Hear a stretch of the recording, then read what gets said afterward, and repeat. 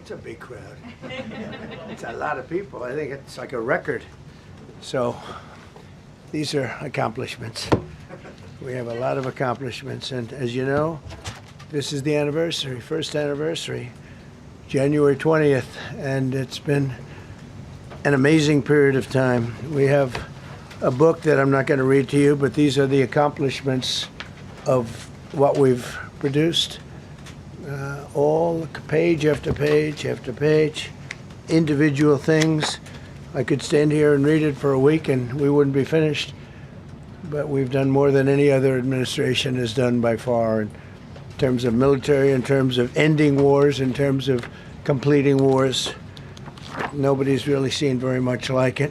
I think it's appropriate that because Minnesota is so much in the fray, and I say to my people all the time, and they're so busy doing other things, they don't say it like they should.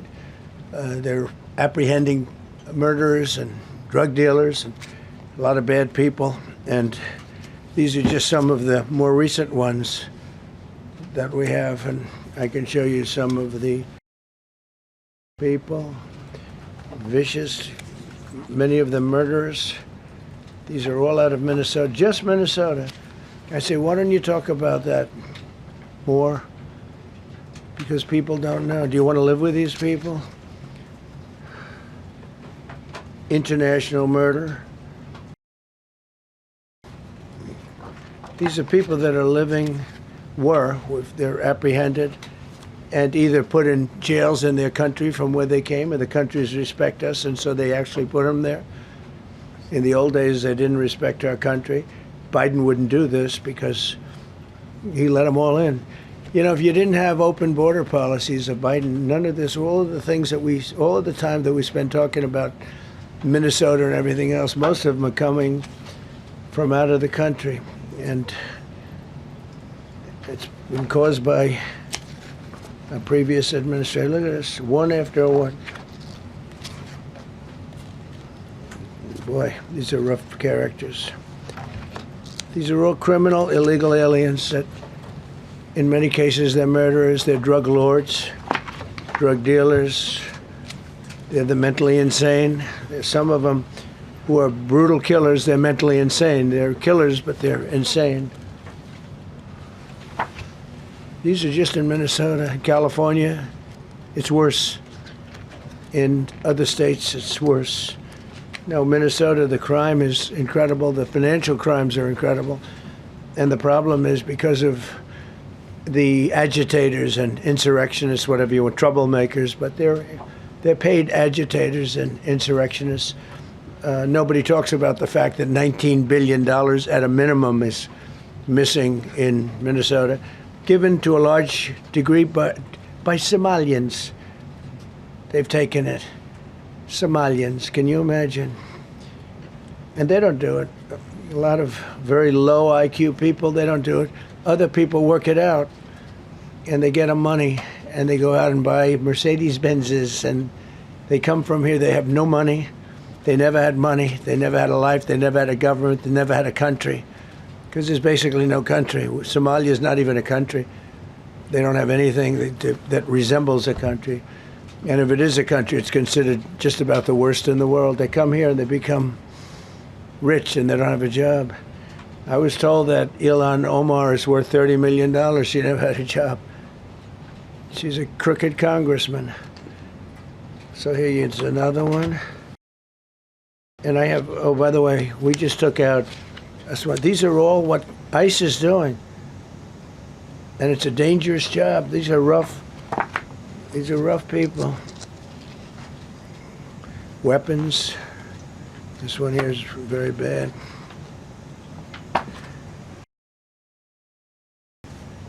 I'm going through this because I think we have plenty of time. I'm going to beautiful place in Switzerland where we'll be, I'm sure I'm very happily awaited for. In Switzerland, they don't know about this. They don't have this problem. They have other problems, but they don't have this problem. Look, killed somebody. Look, and these are rough people. These are not, this was all allowed into our country through open borders, the dumbest policies. You know, men and women's sports is dumb. But to me, having an open border for the world to come in, drug dealers and prisoners. Venezuela, as an example, opened their prisons into the United States. That's why one of the reasons I felt so strongly against Venezuela. Now I'm loving Venezuela. They've been working with us so well. It's been so nice. And an unbelievably nice woman also did a very incredible thing, as you know, a few days ago. We're talking to her, and maybe we can get her involved in some way. I'd love to be able to do that. Maria, maybe we can do that. But we're dealing with the people and the president and all of the people in Venezuela, and we've been doing great. The oil companies are getting ready to make massive investments there. They have more oil than even Saudi Arabia. There you go. These are rough ones. This is all Minnesota, every one of them. This is one state out of many. And these people are, let's see, yeah, these are all, so far, people that came from outside of the country. They were allowed in by Sleepy Joe Biden, Crooked Joe Biden, whichever you like. You can call him whatever you like. They're both right. He's sleepy and he's crooked. He was the worst president we've ever had. And we've had some bad ones, too. I can tell you, all you have to do is look at trade. You're not getting bored with this, right? I hope you don't. But these are people that you have to see. Strong-arm rape, aggravated assault with a weapon, and many other crimes.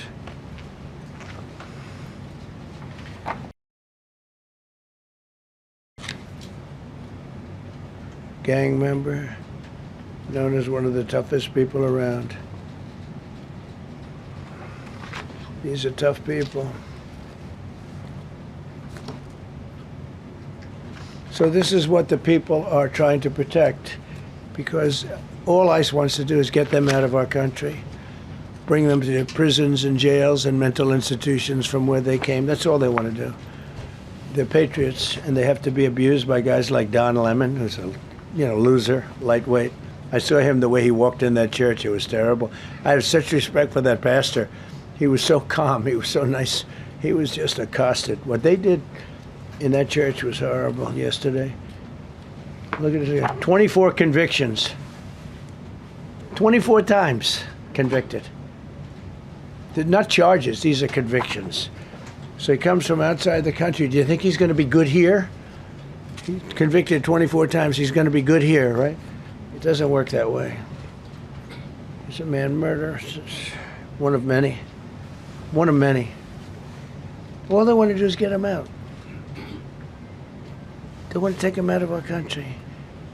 And we're met with paid agitators and insurrectionists, troublemakers. They're paid. You know, when the woman was shot, and I felt terribly about that. And I understand both sides of it. But when she was shot, there was another woman that was screaming shame, shame, shame, shame, right? You saw it. So loud. She was like a professional opera singer. She was so loud and so professional. She wasn't a woman that was hurt, like, oh, my heart's injured. She was a professional. She's shame, shame. She's screaming shame, shame. I said, that's not a normal person. That's a professional. These are professional agitators and professional people that want to see our country do badly. But that's not happening because we have the hottest country anywhere in the world, despite this stuff. Look at this. All top of the line criminals. They're not going to be good. They're not going to be well behaved here. I could do thousands. We had over 3,000 in the last fairly short while. Just in Minnesota. What's the number, Carol? 10,000. 10,000 criminals arrested in Minnesota alone. 10,000 criminals. And these are serious criminals. Now, how can a place with 10,000 criminals, how can you have a state? And yet they're fighting us. Yeah, I like that guy. He keeps nodding to me. You agree with me, I guess. I like him. I don't know who he is, but I like him. He keeps nodding. He says, you're right. He's obviously a little on the right side, maybe. Look. These are rough ones. So this, we just took this off a stack. We have many stacks like this. Like, I could go 30 times what I'm showing you now.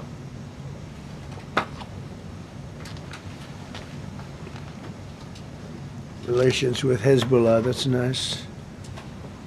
Why do we allow them in our country? I'm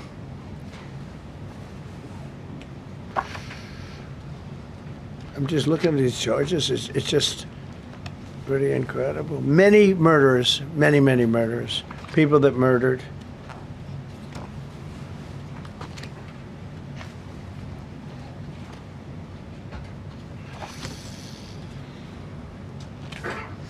So what ICE does, and Border Patrol is incredible, too. I mean, Paul Perez and that group is incredible. Mostly Hispanic, by the way. They're like 60% Hispanic. You know, they talk about Hispanic. They're mostly Hispanic, right? And they're unbelievable people. And then they say, oh, we discriminate against. I love Hispanic. They are unbelievable. Entrepreneurial. They have everything. I did great. I did the highest. Nobody ever got numbers like I got from the standpoint of being a Republican. But even if you look at Texas, I won the entire border along Texas, between Texas and Mexico. It never happened before. Nobody's ever done that before. I did it. As a Republican, I did it. I love the Hispanic. And they accuse us of all sorts of things. 60% of the people we're talking about, they're the best people we have, and they're Hispanic. The Border Patrol is largely Hispanic. ICE is largely Hispanic. They're unbelievable people. I don't know how they can take the abuse. They're taking rough people like this, like all of them. We have 10,000 at least. I could have done 10,000 of them. You're lucky I only did like 100. And this isn't even the worst of the group. They have murderers. They have some people we can't use their picture for legal reasons, but they're up for murder in their own country. And we jeopardize their case. When we send them back and we coordinate with other countries. A tremendous amount of work. All allowed in here by an open border policy of the worst president in the history of our country. A man that didn't win the election, by the way. It was a rigged election. Everybody knows that now. And by the way, numbers are coming out that show it even more plainly. We caught him. So I just want you to know that it's a terrible thing. Here's the book on accomplishments. And this is something, I'm glad my finger wasn't in that sucker. That could have done some damage, but you know what? I wouldn't have shown the pain. I would have gone back. What, did you hear that? That was nasty. But I would not have shown the pain. I would have acted like nothing happened as my finger fell off. That was nasty. I think somebody did that. It was him. It was my man. How were you? You didn't do it. I know you did. I know you didn't. So, but here's the book. These are all things we have. I'm going to read a few of the samples, but look at this. These are all, each line is something that we did. Nobody did that before. And it's big stuff, too. Look, we have the hottest country in the world. So, let's go.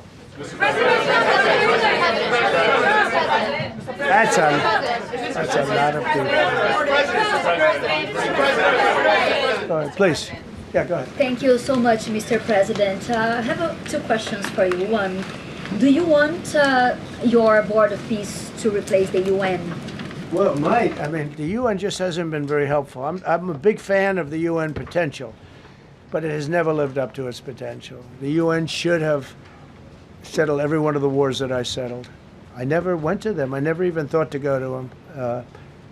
They should be able to settle those wars. They don't. I believe you got to let the UN continue because the potential is so great.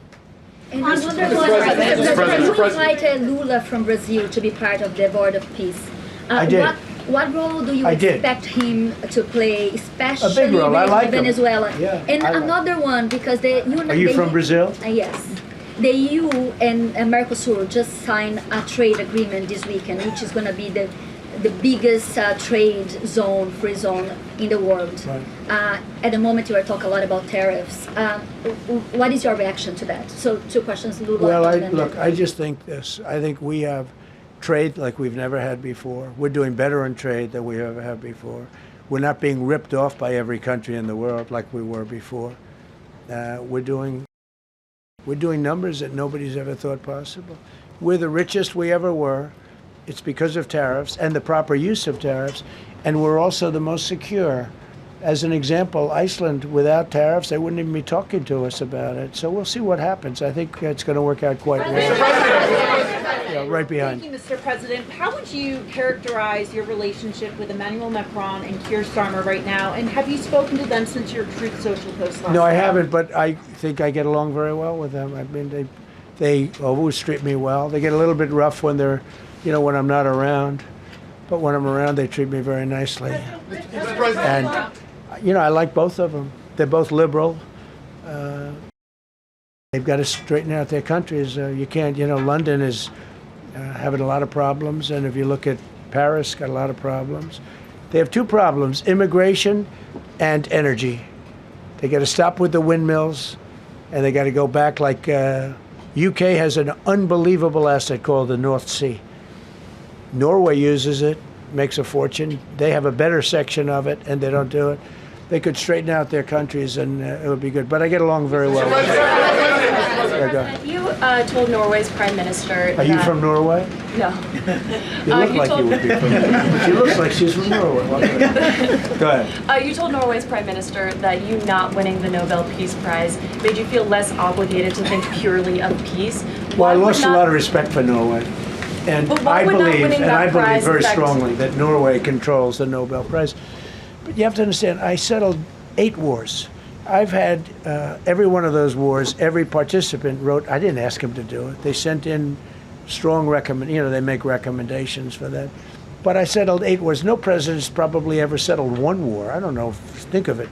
I did 8. The reason I do it is because it's easy for me to do.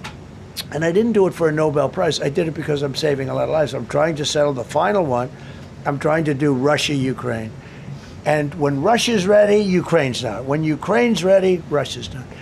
But they're losing 25,000 people a month on average. And I'm trying to get that one done. But no, I feel that Norway has tremendous control over who gets the Nobel Prize, despite what they say. How far are you willing to go to acquire Greenland? You'll find out. Mr. President, Kevin Hassett has said that those $2,000 tariff rebate checks would be up to Congress to decide whether or not to disperse that. Do you agree with Kevin Hassett on that, or do you think you can do that unilaterally? No, I don't think we would have to go the Congress route, but we'll find out. The reason we're even talking about it is that we have so much money coming in from tariffs that we'll be able to issue at least a $2,000 dividend and also pay down debt for the country. But we'd do a $2,000 dividend to the people of our country. We would probably set a limit of, income limit where it made sense. But we will be able to make a very substantial dividend to the people of our country. I believe we can do that without Congress. Last night on Truth Social, you said that the British plan to hand the base at Diego Garcia over to Mauritius and then rent it back was an act of great stupidity. Previously, you backed that deal. Is it now your position that the deal should not go ahead? I think that they, when they originally were going to do it, they were talking about doing some concept of ownership. But now they're looking to essentially just do a lease and sell it. And I'm against that. It's a reasonably nothing like Greenland, but it's a reasonably important area of the globe. Not to anywhere near Greenland, but I think they should keep it. I don't know why they're doing it. Do they need money? Mr. President, with your support to the Syrian government, most probably you avoided another civil war and a bloodshed in Syria, especially after the fall of the regime. I did a good job. And, the Syrian government the last 2 weeks had to use some force to implement its force on specific areas. And Well, with to keep the prisoners, the terrorist prisoners, which are some of the worst in the world, at bay. So they were able to keep that. He's working very hard. The president of Syria is working very, very hard. Strong guy, tough guy, pretty rough resume. But you're not going to put a choir boy in there and, get the job done.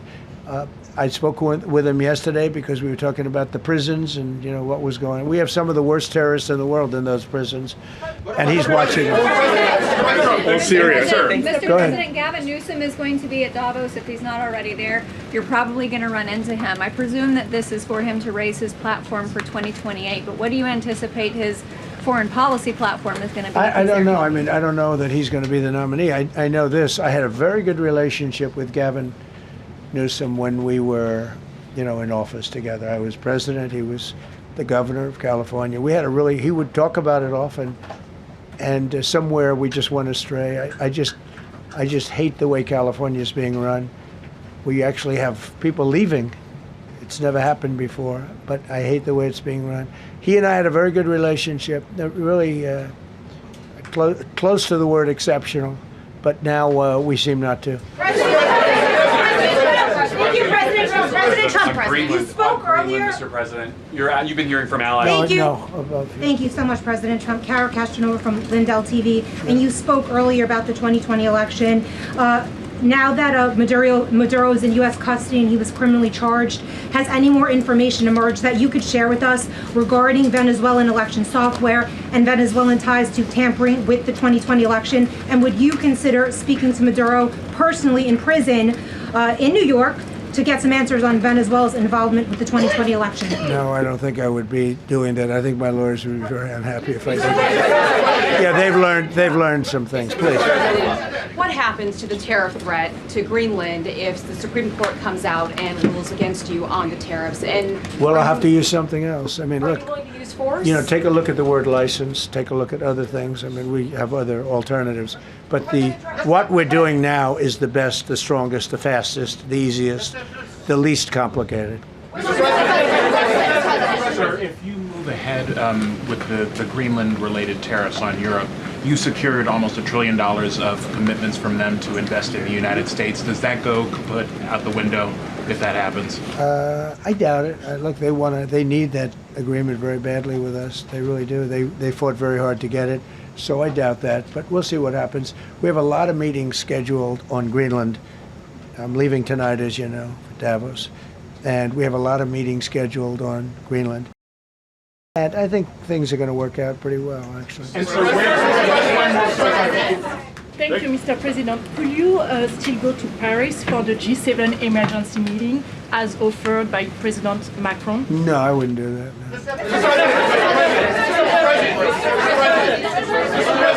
Because, Emmanuel's not going to be there very long. And, there's no longevity there. He's a friend of mine. He's a nice guy. I like Macron. But he's not going to be there very much longer, as you know. And I think, I have meetings with the people that are directly involved, not some of the people you're talking about.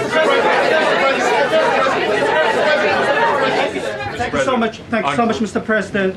Happy I've New Year. never seen this room like this. Is this a celebration of the first year? Yes. Have you ever seen it? I've never seen this many. I hope we have a very good structural floor. This used to be a swimming pool. You're sitting over a swimming pool. I could see that happen. But we need a good structure here, don't we, huh? Yeah. Thank you so much, Mr. President. Happy 1 year anniversary. Thank you. And my question is on Syria. The Kurds, as the most loyal U.S. partners, facing attacks by some Syrian elements within the Syrian government. Will you do to ensure the Kurdish rights protected and their effective forces against terrorism in Rojava, Syria continued, as the Kurdish see you as a president does not abandon his allies? Well, I like the Kurds, but just so you understand, the Kurds were paid tremendous amounts of money, were given oil and other things, so they were doing it for themselves, more so than they were doing it for us, but we got along with the Kurds, and we are trying to protect the Kurds, that's correct.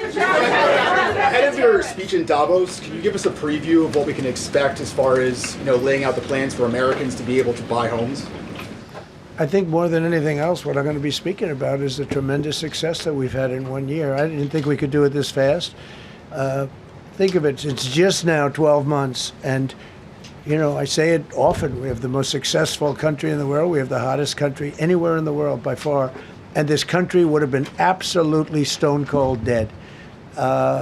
And I'm going to be talking about it. I'm going to be, because, a lot of them could use some of the advice as to what we did. They need energy. You take a look at their energy policy, they're going to destroy themselves with what they're doing with the windmills and all the nonsense. They need energy help badly, or they're going to be in big trouble, and they need immigration help badly. How much longer do you want to go? Call it. I do? I have a very important call with President Erdogan, who I like a lot. All right, one or two more questions. Go ahead. Thank you, Mr. President.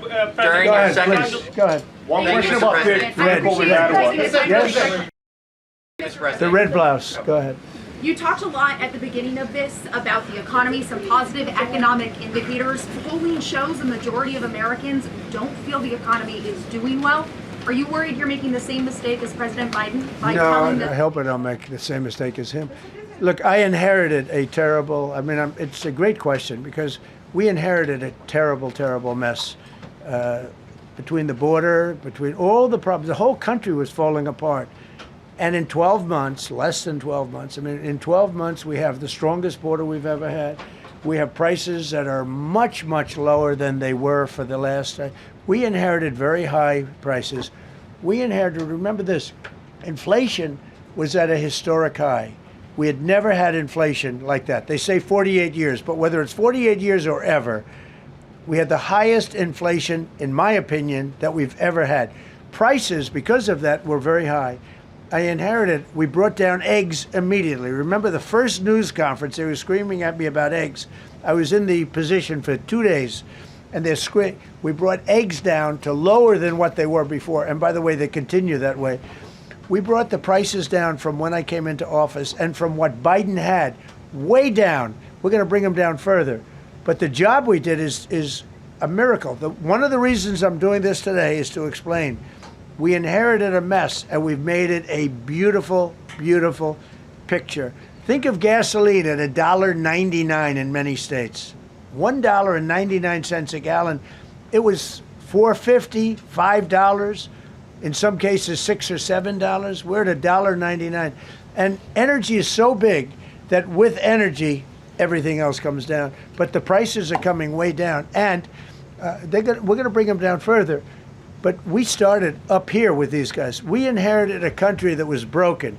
We inherited a country, and I have a very warm spot. We've done very well with Venezuela. And by the way, that even in itself is going to help us bring down the oil prices. The Venezuelan oil, we've taken 50 million gallons of oil. We've taken 50 million barrels of oil out of Venezuela in the first 4 days. We've got millions of barrels of oil left. We're selling it on the open market. We're bringing down oil prices incredibly. And when they come down, and they've already come down, again, $1.99 a gallon for oil. Nobody thought they'd ever see it. All right, one or two more. Go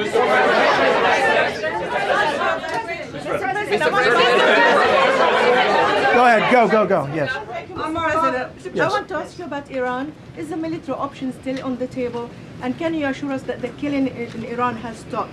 And when regard to the Peace Council, which members have to pay $1 billion? So with Iran, are you from Iran? No, I cover the White House. Where are you from? I'm Palestinian American.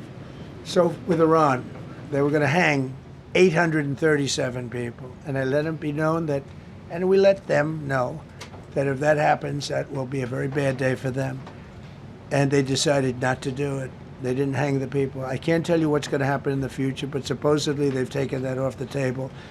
But they were going to, last week, they were going to hang on Thursday or Wednesday. One, they were going to hang, I think, 837 people, and they didn't hang anybody. So we're just going to have to see what happens with Iran. Is the military option off the table?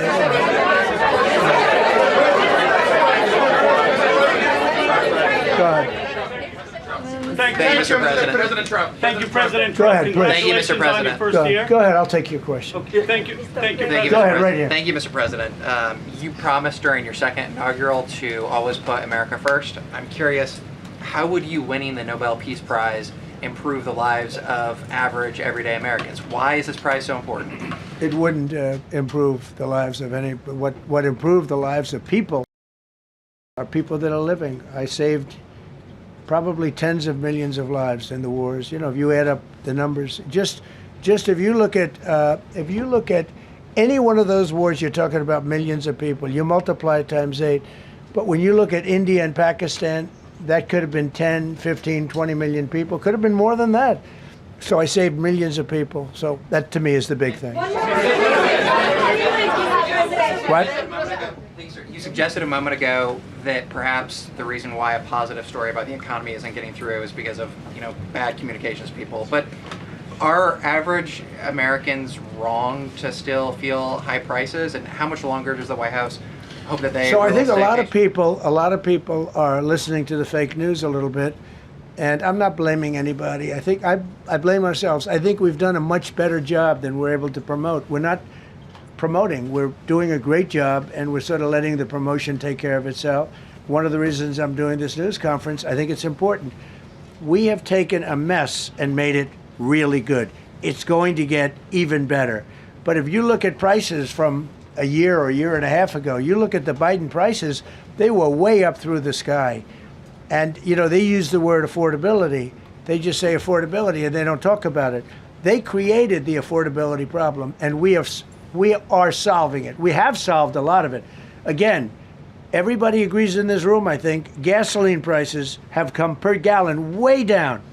When that happens, everything else comes down, but they've come down way down. Many of the groceries have come way down. It's all happening, and it's happening strong. But if you go back a year and a half, 2 years, take a look at those prices and look at the prices now.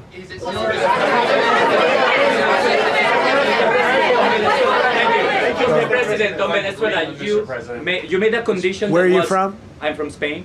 Nice place. Thank you. You made a condition that the political prisoners should be freed. It seems that they are not being as fast as they promised in the beginning. Would that be an issue for the current government? They've agreed that they're going to let, I guess, most of them out. Or depends on what they did. But they have released a lot of. Released a lot of political prisoners in Venezuela. Mr. President, earlier on last year, you had indicated that you wanted to take back the Panama Canal. I know we've heard a lot about Greenland. Is that still on the table? I don't want to tell you that. Sort of. I must say, sort of. That's sort of it. Okay, one more. Yes, blonde, blue. Yes, go ahead, ma'am. Go ahead with the blue, holding the computer. If a consequence of your determination to take control of Greenland is the ultimate breakup of the NATO alliance, is that a price you're willing to pay? You mean the breakup of it's very interesting. The NATO alliance. So I think something's going to happen that's going to be very good for everybody. Nobody's done more for NATO than I have, as I said before, in every way. Getting them to go up to 5% of GDP was something that nobody thought was possible, and pay. At 2%, they weren't paying. At 5%, they are paying. And they're buying a lot of things from us, and they're giving them, I guess, to Ukraine. That's up to them, but they're giving them to whoever they're giving them to, but they're buying a lot. I think that we will work something out where NATO is going to be very happy and where we're going to be very happy. But we need it for security purposes. We need it for national security and even world security. It's very important. How about it? Thank you very much. First of all, last year you told me that you believe that the reason you won the election is because God put you in this place so that you could save the world. Looking back 1 year, do you feel like God is proud of the effort that you've put in? I do, actually. I think God is very proud of the job I've done. And that includes for religion. You know, we're protecting a lot of people that are being killed, Christians, Jewish people, and lots of people are being protected by me that wouldn't be protected by another type of president. No, I think a lot of people are very proud of the job we've done. We've had an amazing year. This has been one of the greatest years. Even some people that wouldn't necessarily love me instinctively, they're saying this was an incredible year. We've had an incredible year economically. Look at our border. Our border was a disaster. People poured. It was an invasion into our country of a lot of very bad people. Good people too, but a lot of very bad people from prisons and drug dealers and gangs and horrible people, murderers, thousands and thousands of murderers allowed into our country. And we now have the strongest border of any country. There's probably not a country, I guess North Korea has a pretty strong border, by the way, but there's not a country in the world that has a border like we do. And we took it from the worst border. We had the worst border in the world. Now we have one of the strongest borders in the world. One more question. Mr. President, you said you're confident something's going to get worked out in Greenland, but Greenlanders have made it clear they don't want to be part of the U.S. Well, what gives the U.S. the right to take away that self-determination? When I speak to them, I'm sure they'll be thrilled. Mr. President, are you committed to keeping the U.S. in NATO? I've had such a good relationship. I've made it so much better, so much stronger. It's so good now. NATO is so much stronger now. I don't agree with a lot of the things they've done, but that was done before I got there. I think NATO's been good. Sometimes it's overrated, sometimes it's not. But we have a strong NATO. When I came here, we had a weak NATO. We had a NATO at 2%, and they weren't paying. You had a nothing NATO. NATO's, whether you like it or not, it's only as good as we are. If NATO doesn't have us, NATO is not very strong. Yes,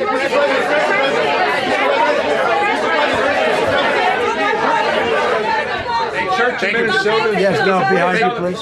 Thank you, President Trump. Yes, go ahead. Greatly appreciate it, sir. We heard a long list of accomplishments from the last year. Could you cherry pick the top 3? And then looking forward, what are your 3 most important priorities in 2026? So I think the building of a really powerful military has been a great achievement, and that would include the Venezuela thing, that would include the attack on Iran and the wiping out of the nuclear threat. I think that's been really amazing what we've done militarily.